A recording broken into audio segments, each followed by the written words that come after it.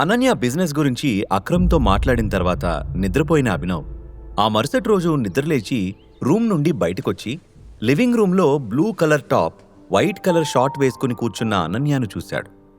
ఆమె చాలా అందంగా కనిపించడంతో రెప్పవేయడం కూడా మర్చిపోయి ఆమెను అలాగే చూస్తూ ఉండిపోయాడు. సరిగ్గా అప్పుడే అనన్య బ్రేక్ఫాస్ట్ అంటూ కిచెన్ నుంచి అరిచింది షర్మిల. ఆ పిలుపుతో తలెత్తిన అనన్యకి అభినవ్ కనిపించాడు. అతను రాత్రి కూడా అక్కడే పడుకున్నాడని అర్థం చేసుకొని అతని వైపు బ్లాంక్గా చూస్తూ వస్తున్నానమ్మా అంటూ డైనింగ్ టేబుల్ దగ్గరికి వెళ్ళిపోయింది అనన్య. అభినవ్ ఏమీ మాట్లాడకుండా అలాగే నిలబడి ఉన్నాడు. నీకు ప్రత్యేకంగా ఇన్విటేషన్ ఇవ్వాలా అంటూ ఒక గంభీరమైన స్వరం వెనక నుంచి వినిపించింది. అభినవ్ టక్కున వెనక్కి తిరిగి చూశాడు. అక్కడ తన వైపే సీరియస్గా చూస్తున్న చంద్రశేఖర్ కనిపించాడు. హోటల్లో చూసిన తర్వాత మళ్లీ చంద్రశేఖర్ని ఇప్పుడే కలుస్తున్నాడు అభినవ్. ఆ పెద్దాయన్ని చూడగానే అప్రయత్నంగానే గుడ్ మార్నింగ్ సార్ అని తడబడుతూ విష్ చేశాడు అభినవ్. మొద్దులా నిద్రపోయి ఇప్పుడే లేచాడు దొరా. మనలాంటి శ్రీమంతుల ఇంట్లోకి అడుక్కు తినడానికి తప్ప ఇంకెప్పుడు వచ్చుండడు అని సన్నని స్వరంతో చంద్రశేఖర్కి వినిపించకుండా అంది షర్మిల. ఆమె మాటలు వెటకారం నెమ్మదిగా అభినవ్కి అలవాటుగా మారుతున్నాయి. పద బ్రేక్ఫాస్ట్ చేద్దాం అంటూ అభినవ్ని పిలిచాడు చంద్రశేఖర్. అభినవ్ సరే అన్నట్టుగా తలూపి చంద్రశేఖర్ని అనుసరిస్తూ అనన్య పక్కన కూర్చున్నాడు. షర్మిలకు ఇష్టం లేకపోయినా అభినవ్కి సర్వ్ చేసింది. థ్యాంక్ యూ ఆంటీ అని మనస్ఫూర్తిగా అన్నాడు అభినవ్. కాఫీ తాగుతూ అనన్య వైపు సూటిగా చూసిన చంద్రశేఖర్, నిన్న రాత్రి అభినవ్ ఎక్కడ పడుకున్నాడు అనన్య అని అడిగాడు. నాకేం తెలుసు అని పొగరగా చెప్పింది అనన్య. ఎక్కడ పడుకున్నాడో నీకు తెలీదా? అంత నిర్లక్ష్యంగా ఉన్నావా? బిజినెస్లో ఎలాగో నిర్లక్ష్యం, కనీసం పర్సనల్ లైఫ్ మీద కూడా నీకు శ్రద్ధ లేదా అని సీరియస్గా అడిగాడు చంద్రశేఖర్. అయినా అతని గురించి అప్పుడే అనన్య అని అడగడం కరెక్ట్ కాదు మావయ్య. వాళ్ళిద్దరికీ ఇంకా పెళ్లి కూడా కాలేదు. పిల్లలేదో తొందరపడ్డారని మనం కూడా ఆలోచనారహితంగా ఉంటే ఎలా? అధికారికంగా వాళ్ళకి ఇంకా పెళ్లి కాకుండా మన ఇంట్లో ఒకే గదిలో పడుకోబెట్టడం అంటే అంటూ నాంచుతూ మాట్లాడింది షర్మిల. యు ఆర్ రైట్, వాళ్ళకింకా పెళ్లి కాలేదు కదా అని అభినవ్ వైపు అనన్య వైపు చూసి, మీరిద్దరూ ఈరోజు రిజిస్టర్ మ్యారేజ్ చేసుకోబోతున్నారు, రెడీగా ఉండండి అని డిక్లేర్ చేశాడు చంద్రశేఖర్. అనవసరంగా పెళ్లి టాక్ తీసుకొచ్చానా అని షర్మిల ఒకంత చిరాగ్గా ఫీల్ అయింది. చంద్రశేఖర్ మాటలు విని అనన్య కంగారు పడింది. తాతయ్య ప్లీజ్, నాకు అభినవ్ని పెళ్లి చేసుకోవడం ఇష్టం లేదు అంటూ ఏదైతే అది అయిందని మొహమాటం లేకుండా చెప్పేసింది. ఈ అబ్బాయితో ఒక రాత్రి గడిపే ముందు ఇవన్నీ ఆలోచించి ఉండాల్సింది అనన్య. మన కుటుంబ నియమాలు, మన కుటుంబ గౌరవం, ప్రతిష్ట అన్నీ మర్చిపోయి ప్రవర్తించావు. ఇదే లాస్ట్ అనుకున్న ప్రతిసారి నన్ను డిసప్పాయింట్ చేస్తూనే వచ్చావు అని సీరియస్గా అన్నాడు చంద్రశేఖర్. మావయ్య, మన పద్ధతులు ఆచారాలు చాలా పాతవి. ప్రెజెంట్ జనరేషన్లో వాటిని ఫాలో అవడం కష్టం. పిల్లలకు నచ్చినట్టు వాళ్ళని స్వేచ్ఛగా ఉండనిద్దాం అంటూ బతిమాలింది షర్మిల. చంద్రశేఖర్ ఆమె వైపు కోపంగా చూశాడు. దాంతో షర్మిల కొంచెం భయపడింది. ఆ తర్వాత అభినవ్ వైపు చంద్రశేఖర్ సూటిగా చూస్తూ, అభినవ్, నీ లగేజ్ ప్యాక్ చేసుకొని ఇక్కడికి షిఫ్ట్ అవ్వు. ఈరోజే రిజిస్టర్ ఆఫీస్లో నీకు అనన్యకి పెళ్లి. ఈ రోజు నుండి మీరిద్దరూ ఒకే గదిలో భార్యాభర్తలుగా జీవించబోతున్నారు అని గంభీరంగా అన్నాడు. దాంతో షర్మిలకు మెంటలెక్కింది. భయాన్ని పక్కన పెట్టి, మీ పద్ధతి నాకు నచ్చలేదు మావయ్య, మీరు నాకు ఎలాంటి వాడిని అల్లుడిగా తెస్తున్నారో తెలుస్తుందా? ఒకసారి దీన్ని చూడండి అంటూ అభినవ్ రోడ్డు మీద గొడవ పడుతున్న వీడియోని ప్లే చేసి చూపించింది. చంద్రశేఖర్ దాన్ని చూస్తూ ఉంటే, ఇంటికి కాబోయే అల్లుడికి కొంచెం కూడా సంస్కారం లేదు. మన పరువు మర్యాద గురించి ఆలోచించకుండా మన ఫ్యామిలీ మొత్తాన్ని బజారుకి ఈడుస్తున్నాడు అంటూ అతన్ని రెచ్చగొట్టింది షర్మిల. అభినవ్ కంగారు పడుతూ, ఐ కెన్ ఎక్స్ప్లెయిన్, ఒక్కసారి నా మాట కూడా వినండి అని ఏదో చెప్పబోయాడు. షడప్, అనన్య నిన్ను నిజంగా నమ్మిందో లేదంటే నువ్వే ఆమెను నమ్మించి మోసం చేశావో నాకు ఇప్పటికీ అర్థం కావట్లేదు. నువ్వేం చెప్పినా ఇప్పుడు నేను వినను అని అరిచాడు చంద్రశేఖర్.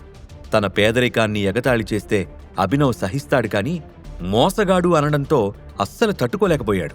చేతిలోని ఫోర్కుని బలంగా ఒత్తి ఆవేశాన్ని కంట్రోల్ చేసుకోవడానికి ట్రై చేశాడు. చూడు షర్మిల, ఇంటి పరువు పోతుందని నిజంగా నీకు బాధుంటే ఈ పెళ్లిని అడ్డుకోకు. అతనితో ఒక రాత్రి రహస్యంగా గడిపింది నీ కూతురు. అతని మీద కాసింతైనా ప్రేమ లేకుండానే గదిలోకి రమ్మను పిలిచిందా? అంతకన్నా పరువు తక్కువ విషయం ఇంకొకటి లేదు. అందుకే ఈ పెళ్లి జరగాలని డిసైడ్ చేశాను.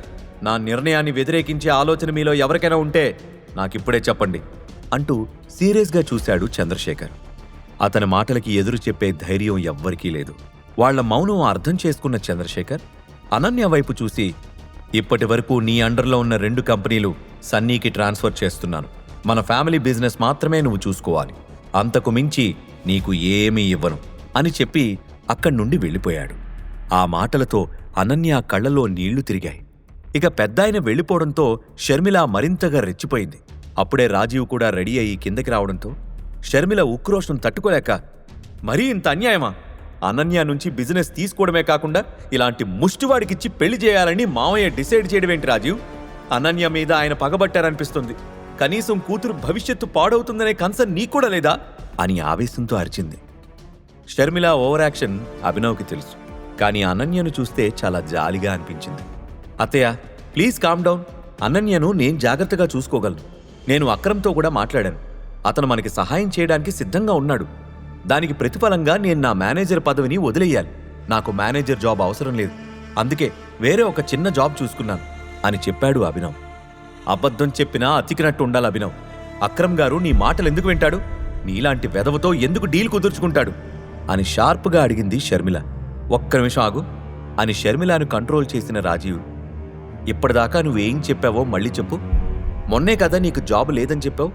ఈ గ్యాప్లోనే నీకు అక్రమ్ గారి కంపెనీలో మేనేజర్ జాబ్ రావడం, దాన్ని అనన్య కోసం త్యాగం చేయడం జరిగిపోయిందా అని ఆశ్చర్యంగా అడిగాడు. అవును అని తలూపాడు అభినవ్. అబద్ధాల కోరు, ఆ నోటికి అడ్డు అదుపు లేదా అని కోపంగా అరిచింది షర్మిల. అతను చెప్పేది నిజమే అయి ఉంటుందమ్మా. అభినవ్ వాళ్ల నాన్న ఒకప్పుడు అక్రమ్ సార్ దగ్గర డ్రైవర్గా పనిచేశాడట అని చెప్పింది అనన్య. ఆ మాటలకు షాక్ అయ్యారు రాజీవ్, షర్మిలలు. అంటే ఈ అబ్బాయికి అక్రమ్ ముందుగానే తెలుసా అని వాళ్లు డౌట్గా అడగడంతో అవునని తలూపింది అనన్య. అభినవ్ మాత్రం వాళ్లని పట్టించుకోకుండా అనన్య వైపు చూస్తూ, మనం బయలుదేరదామా అని అడిగాడు.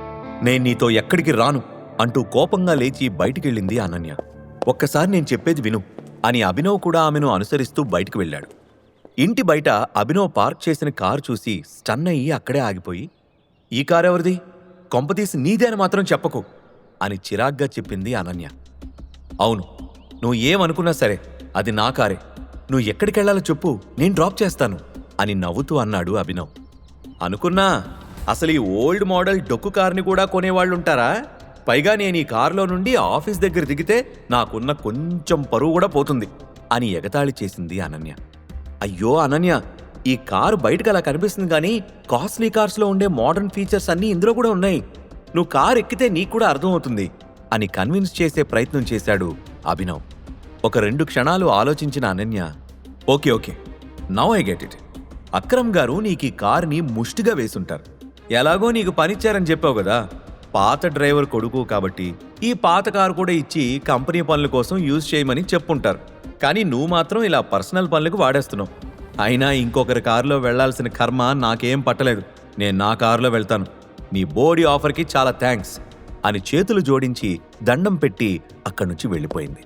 ఈ ప్రశ్నలకు సమాధానాలు తెలుసుకోవాలంటే నెక్స్ట్ ఎపిసోడ్ వినాల్సిందే. క్రింద ఇచ్చిన లింక్ ని క్లిక్ చేసి పాకెట్ ఎఫ్ఎం యాప్ ని ఇన్స్టాల్ చేసుకోండి. Stay tune to pocket FM.